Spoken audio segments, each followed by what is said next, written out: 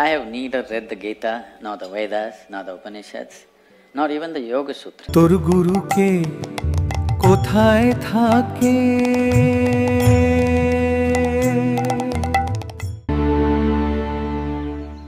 তোর গুরুর সম্পত্তি কতটা? আপনার গুরু কেমন দেখতে, তিনি কোথায় থাকেন, তার ব্যাংক ব্যালেন্স বা প্রপার্টি আছে কি?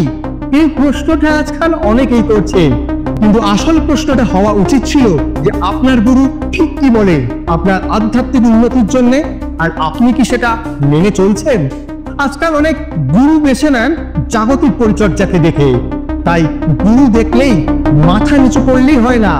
আসল গুরুকে চিনতে গেলে তার চেহারা নয়, তার বাণী সেবাটাই করতে হয়। ভগবান শ্রীকৃষ্ণ নিজেই আমাদের শিখিয়েছেন যে সত্যিকারের রূপ কখনো চোখ দিয়ে দেখা যায় না, তা কানে শোনা যায় বা বাণীতে বোঝা যায়। যেমন ধরুন এই কৃষ্ণের বাঁশি, যাকে আমরা দেখি না, কিন্তু সেই শব্দে মন প্রাণ আমাদের কেঁপে ওঠে। তাহলে প্রশ্ন হলো, গুরু মানে কি শুধুই বকু বা দেহ সেবা করা, নাকি তার বাণী সেবাটাই হলো আসল গুরু সেবা?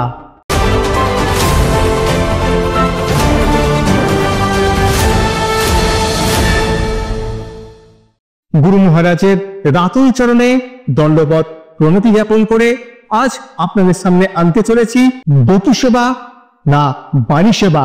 কোন সেবার দ্বারা গুরু মহারাজকে খুশি করা যায়? চোখ না কান? বেনু মানে হলো বাঁশি, আর বকু মানে হলো শরীর। বেনু শোনা যায় আর বকু দেখা যায় বা তার সেবা করা যায়। কিন্তু আপনি জানেন কি, দেখা জিনিস সব সময় বিশ্বাসযোগ্য নয়, আর শোনা জিনিসই অনেক সময় আত্মার গভীরে ঢুকে যায়। কৃষ্ণের বাঁশি সুর তো সবাই দেখতে পায় না, কিন্তু যেটুকু শোনা যায় সেটুকুই ভক্তদের আত্মাকে বিচলিত করে দেয়। শাস্ত্রে প্রমাণ আছে, বিশেষত চৈতন্য চরিতামৃততে, চরস্থাপরায় সাঙ্গ পরমানন্দ মগ্নয় ভবেত ধর্ম বিপর্যস্য যস্মৈন ধনতি মোহন। এই শ্লোকে বলেছে যে যখন কৃষ্ণের মোহন বেণু বাজে, তখন গাছ পাথর পর্যন্ত দেহ ধর্ম ভুলে যায়, ভগবত ধর্মতে বিলীন হয়ে যায়। অর্থাৎ শব্দের শক্তিটা দর্শনের থেকেও গভীর। তাই শ্রবণের মাধ্যমেই শুরু হয় ঈশ্বর অনুভব। তাহলে প্রশ্ন উঠছে যে এই দেহ চোখ দিয়ে কি সত্যি গুরুকে চিনতে পারবো?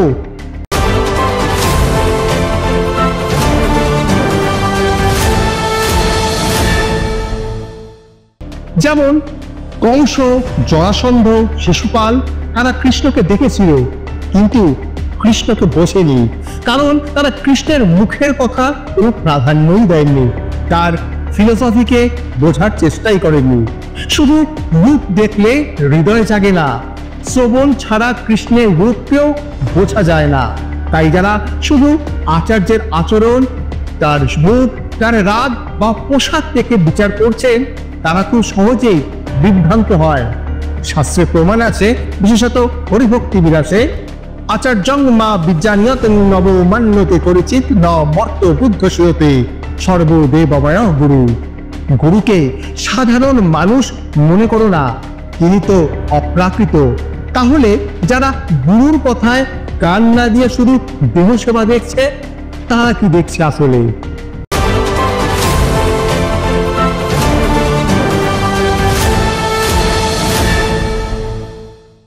ছিল গৌর কিশোর দাস বাবাজি মহারাজের কথা আপনারা সকলেই জানেন।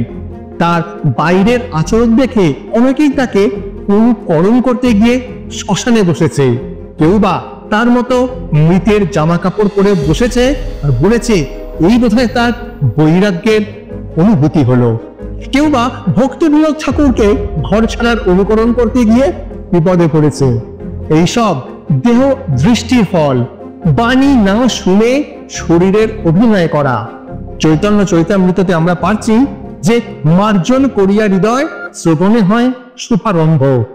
গুরুদেবের দেহ নয়, তার বাক্যই হলো পথ প্রদর্শক, শুধু হৃদয় শুদ্ধ করে যা দেহ পারে না।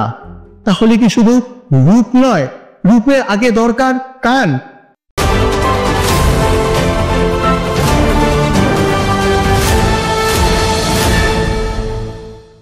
ঠিকই বলছেন।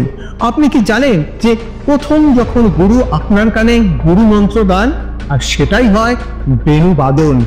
তার মুখ নিঃসৃত শব্দই আপনার অন্তরকে জাগিয়ে তোলে। গুরু মহারাজ যখন বলেন তুমি পারবে, তখন আপনার ভেতরে আত্মাটাও যেন বিশ্বাস করে, হ্যাঁ আমি তো পারি, কারণ গুরু মহারাজ বলেছে। এইটুকু শ্রবণই একজন শিষ্যকে অন্ধকার থেকে আলোয় নিয়ে যেতে পারে। শ্রবণং কীর্তনং বিঘ্নং সররং পাদসেবনং অর্চনং বন্দনং দর্শং সক্ষম আত্মনিবেদনং। গুরু বাণী শ্রবণই প্রথম ধাপ। সেই শব্দই অপ্রাকৃত রূপের যেন দ্বার খুলে দেয়। তাহলে কেন মানুষ আজ শুধু রূপ দেখতে চাইছে?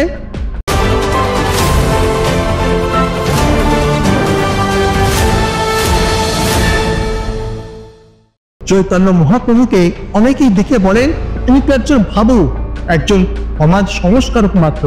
কারণ যারা বলছেন তারা শ্রবণ করেননি, শুধু বাহ্যিক রূপ দেখেছেন। এই গৌর নাগরী সম্প্রদায়ের জন্ম হয়েছে তার রূপকেই ভুল ব্যাখ্যা করে, কিন্তু রায় রামানন্দ দেখেছিলেন গৌর সুন্দরের স্বরূপের ব্যাখ্যা। তার বাণী ভগবানের প্রেম ভাব। চৈতন্য চৈতামৃতে ওই জন্য বলেছে, মোর জিহবা বিনা তুমি বিনাধারী, তোমার মনে যেই ওঠে তাহাই উচ্চারি। তাই মায়াবাদের ভুল রূপ দেখে বাণীকে কখনো অবহেলা করো না। কানে আসা বাণী ছাড়া রূপ যে অধরা। তাহলে আসল গুরু কোথায়? চেহারায় না কণ্ঠে?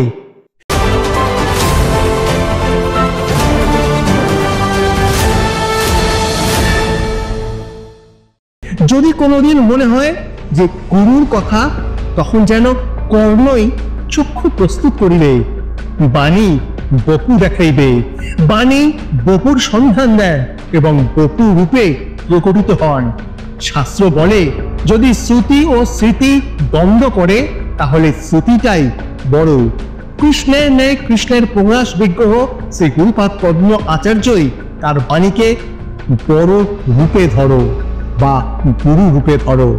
হরিভক্তি বিলাসে বলছে যে বাণী শ্রবণই আমাদের রক্ষা মাদুলি। মানুষ চক্ষের দ্বারা বপু দর্শন হয় না, বিশেষত গুরু দর্শন হয় না। তাহলে আত্মার উন্নতির চাবিকাঠিটা কোথায় লুকিয়ে আছে?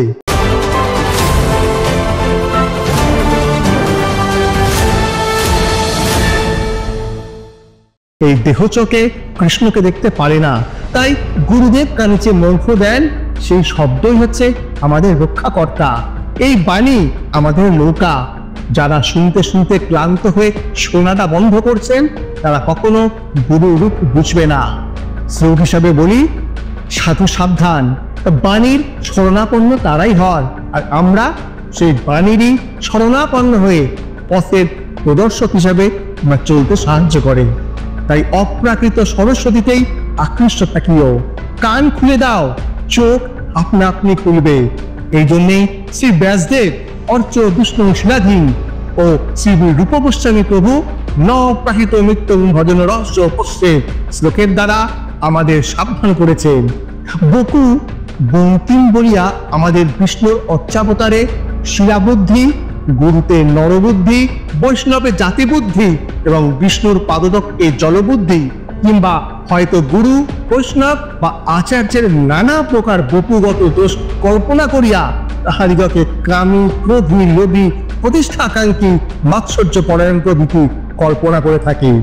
তাহলে ভগবানের দর্শন আসলে কি? কারোর পক্ষে ভগবত দর্শন ভালো না খারাপ যদি কেউ মনে করে আমি এই ব্যাপারটা গুরুর স্মরণে যাওয়ার আগেই জেনে গেছি, তাহলে সেটা গুরুকে উপেক্ষা করে নিজেই গুরু সেজে বসা। একজন প্রকৃত শিষ্যের স্বভাব হতে পারে না, কারণ এটা গীতার নির্দেশে তদ্ধতি প্রণিপাত এন পরিপ্রশ্নেন সেবায়া এর সঙ্গে একেবারেই মেলে না। এমন মনোভাব বেদান্তের অর্থাৎ ব্রহ্ম জিজ্ঞাসা, অর্থাৎ এখন ব্রহ্ম সম্পর্কে জানার চেষ্টা করো, এই শিক্ষাকেও মানে না। বেদান্ত, শ্রুতি, গীতা বা স্মৃতি সব জায়গাতেই দেখা যায় শিষ্য প্রথমেই গুরুজনের মুখের বাণী শ্রবণ করতে আসেন। একজন শিষ্য প্রথমেই গুরুর দেহ বা শরীর দেখার জন্য আসেন না, তিনি আসেন তার বাণী শ্রবণ করার জন্য, অর্থাৎ কান দিয়ে। তাই প্রথমে চোখ নয়, আগে কাজ করে কান, চক্ষু নয় কর্ণই শ্রেষ্ঠ পথিক। একজন প্রাকৃত শিষ্য কখনোই গুরুর আগে নিজেকে জ্ঞানী ভাবে না। তিনি আগে গুরুর কাছে যান, বিনয়ের সাথে প্রশ্ন করেন আর তার বাণী শোনেন। গুরুর দর্শন মানে শুধু গুরুকে দেখা নয়, বরং তার বাণী হৃদয়ে ধারণ করা। গুরু যদি তোমার কান দিয়েই কথা বলেন, তবে কান দিয়েই তার কাছে যাও, চোখ দিয়ে যেও না। যদি তুমি এই বাণী মন দিয়ে শুনতে পারো, তখন তুমি সত্যিকারে দেখতে পারবে যে কি সেবা করব, বাণী সেবা না বপু সেবা। কমেন্টে লিখে জানাও যে তোমার জীবনে এমন কোনো বাণী কি কখনো তোমাকে ভেতর থেকে বদলে দিয়েছে। সাবস্ক্রাইব করো, কারণ পরবর্তী ভিডিওতে এই রকম দ্বন্দ্ব নিরসনকারী বিষয় নিয়ে আমি সচিনন্দন আবার আপনাদের সামনে উপস্থিত হব। ততদিন সুস্থ থাকুন, ভালো থাকুন, আর কৃপা করবেন আমাদের যেন গুরু ভক্তি হয়, কৃষ্ণ পাদ পদ্মের মতি থাকে। জয় অনন্ত কোটি বৈষ্ণব বৃন্দের জয়, জয় আকর মঠরাজ মায়াপুর শ্রী চৈতন্য মঠের জয় এবং তৎ শাখাসমূহ সমস্ত গৌরী মঠের জয়।